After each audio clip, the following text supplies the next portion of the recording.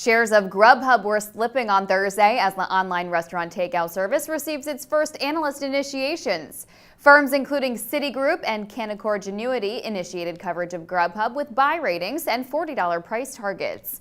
Blair and BMO Capital Markets both initiated coverage with Outperform ratings, with BMO issuing a $40 price target as well. Morgan Stanley initiated coverage with an equal weight rating.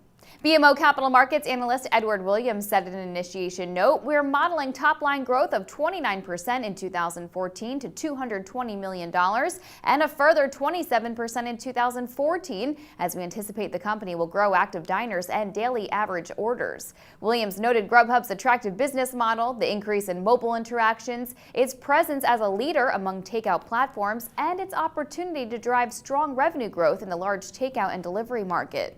While Citigroup analyst Mark May rated GrubHub a buy, he cited some key investment risks. Citi noted that GrubHub derives its revenue from less than 10 cities and needs to expand. It faces competition, albeit from mostly smaller rivals, and has a high valuation on near-term revenue and earnings. Still, he issued a $40 price target on the stock, which was trading at $30.50 at the time.